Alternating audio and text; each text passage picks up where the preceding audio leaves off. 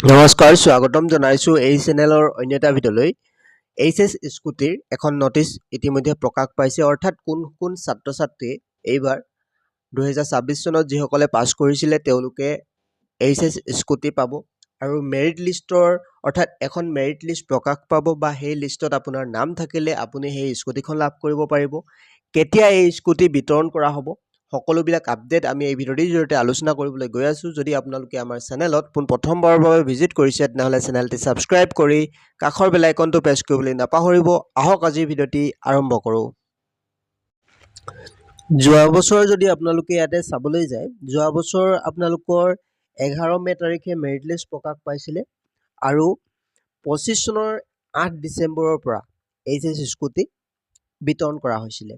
আৰু এইবাৰ 2026 চনত কেতিয়া এই লিষ্ট ওলাব আৰু কেতিয়া আপোনালোকে এই স্কুটিখন লাভ কৰিব, ইয়াতে আপোনালোকে দেখিবলৈ পাইছে এই ৱেবছাইটত আপোনালোকৰ লিষ্টসমূহ প্ৰকাশ পাই যায়। এইখন হৈছে 2025 চনৰ লিষ্ট। নিজ নিজ ডিষ্ট্ৰিক্টৰ আপোনালোকে লিষ্টসমূহ চাব পাৰে, আপোনাৰ নাম আহিছেনে নাই।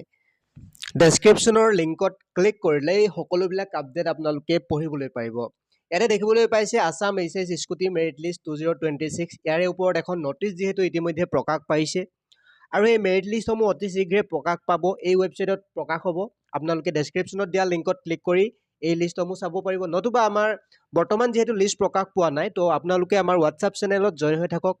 যেতিয়া এই লিষ্টসমূহ প্ৰকাশ কৰা হয় বা এইচএছ স্কুটিৰ কেতিয়া বিতৰণ কৰা হ'ব সকলোবিলাক আপডেট আমি হোৱাটছআপ চেনেলৰ জৰিয়তে জনাই থাকোঁ, আপোনালোকে তাত জইন হৈ ল'ব পাৰে। আপুনি এই স্কুটিৰ মেৰিট লিষ্টৰ বাবে এলিজিবল হয় নে নহয় বা কি কি ডকুমেণ্টৰ আপোনালোকৰ প্ৰয়োজন হ'ব তো সকলোবিলাক আপডেট ডেছক্ৰিপশ্যনত দিয়া লিংকত ক্লিক কৰি আপোনালোকে পঢ়ি ল'ব পাৰে। আৰু ইয়াতে দেখিবলৈ পাইছে এইচএছ স্কুটিৰ যি মেৰিট লিষ্ট হয় ডিষ্ট্ৰিক্ট ৱাইজ আপোনালোকে মেৰিট লিষ্টসমূহ চেক কৰি ল'ব পাৰিব। ডেছক্ৰিপশ্যনত দিয়া লিংকত ক্লিক কৰি তললৈ স্ক্ৰল কৰিলে ইয়াতে দেখিবলৈ পাইছে নিউ গাইডলাইন 2026 চনৰ এটা নটিচ ওলাইছে। ইয়াতে ক্লিক হিয়াৰ বটনত ক্লিক কৰিলে আপোনালোকে সেই নটিচখন চাব পাৰে। অৰ্থাৎ এই নটিচখনত দিয়া আছে আপোনালোকে সকলোবিলাক ডিটেইল কিমান পাৰ্চেণ্টেজ পালে, অৰ্থাৎ 80% আপোনালোকে পাব লাগিব বা 80% বা তাৰ ওপৰৰ পাৰ্চেণ্টেজ যদি আপোনালোকে লাভ কৰে তেনেহ'লে এই এইচএছ স্কুটিৰ বাবে আপোনালোকে এলিজিবল হ'ব। আৰু যদিহে আপোনালোকে ইয়াতে তললৈ সকলোবিলাক ডিটেইল চাই এলিজিবল ক্ৰাইটেৰিয়া সকলোবিলাক আপোনালোকে পঢ়ি ল'ব পাৰিব ডেছক্ৰিপশ্যনত দিয়া লিংকত ক্লিক কৰি। আৰু যদিহে আপোনালোকে ইয়াতে এলিজিবল ক্ৰাইটেৰিয়াসমূহ পঢ়িব বিচাৰে দেখিবলৈ পাইছে আপোনালোকৰ 80% হ'ব লাগিব বা তাৰ ওপৰৰ হ'ব লাগিব, তেতিয়া এই স্কুটিৰ বাবে এলিজিবল হ'ব। নতুবা আপোনালোকে যদিহে ইয়াতে দেখিবলৈ পাইছে আৰু এটা তাৰ নেক্সট অপশ্যনত দিয়া আছে, যদিহে আপোনালোকে প্ৰথমবাৰ আপোনালোকে বা হাই ছেকেণ্ডেৰী পাছ কৰিব নোৱাৰিলে ছেকেণ্ড বাৰ দি যদি 80% পাইছে তেনেহ'লে আপোনালোকে ইয়াৰ বাবে এলিজিবল নহ'ব বুলি ইয়াতে উল্লেখ আছে। তাৰপিছত দিয়া আছে আপোনালোকৰ এলিজিবলটো যদিহে আপোনালোকে অসমৰ বাহিৰত বা অসমৰ বাহিৰৰ যিখন কলেজ বা ইউনিভাৰ্চিটিত এডমিশ্যন কৰিছে তেনেহ'লে আপোনালোকক PRC চাৰ্টিফিকেটখনৰ প্ৰয়োজন হ'ব, তেতিয়া আপোনালোকে এই স্কুটিখন লাভ কৰিবলৈ সক্ষম হ'ব। এই সকলোবিলাক ডিটেইলত আপোনালোকে পঢ়ি ল'ব পাৰে ডেছক্ৰিপশ্যনত দিয়া লিংকত ক্লিক কৰি। আৰু ইয়াৰ বাবে আবেদন কেতিয়াৰ পৰা চলিব বা কেনেকৈ আপোনালোকে এই স্কুটিখন লাভ কৰিব সকলোবিলাক আপডেট আমি এই চেনেলৰ জৰিয়তে জনাই থাকিম। তো আপোনালোকে আমাৰ চেনেলত প্ৰথমবাৰৰ বাবে যদি ভিজিট কৰিছে তেনেহ'লে চেনেলটি ছাবস্ক্ৰাইব কৰি থ'ব।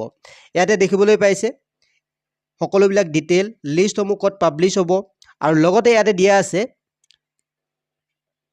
ফৰ্ম ফিল আপ চলিব ইয়াতে, অৰ্থাৎ ইয়াৰ যিখন মেৰিট লিষ্ট হয় মেৰিট লিষ্ট প্ৰকাশ পোৱাৰ পাছত আপোনালোকে এখন ফৰ্ম ফিল আপ কৰিব লাগিব। সেই ফৰ্ম ফিল আপ কৰাৰ পাছত আপোনালোকে স্কুটিখন পাবলৈ পাৰিব বা আপোনালোকে ইয়াতে দেখিবলৈ পাইছে এই নটিচখন আপোনালোকৰ প্ৰকাশ পাইছে 12 তাৰিখে। তো সকলোবিলাক আপডেট আপোনালোকে ইতিমধ্যে গম পালেই। তো ভিডিঅ'টিৰ জৰিয়তে ইমানেই জনাবলগীয়া আছিল। যদি আপোনালোকে আমাৰ চেনেলত প্ৰথমবাৰৰ পৰা ভিজিট কৰিছে তেনেহ'লে চেনেলটি ছাবস্ক্ৰাইব কৰি ল'ব। নেক্সট আপডেট আপোনালোকে অতি শীঘ্ৰে পাব পাৰিব।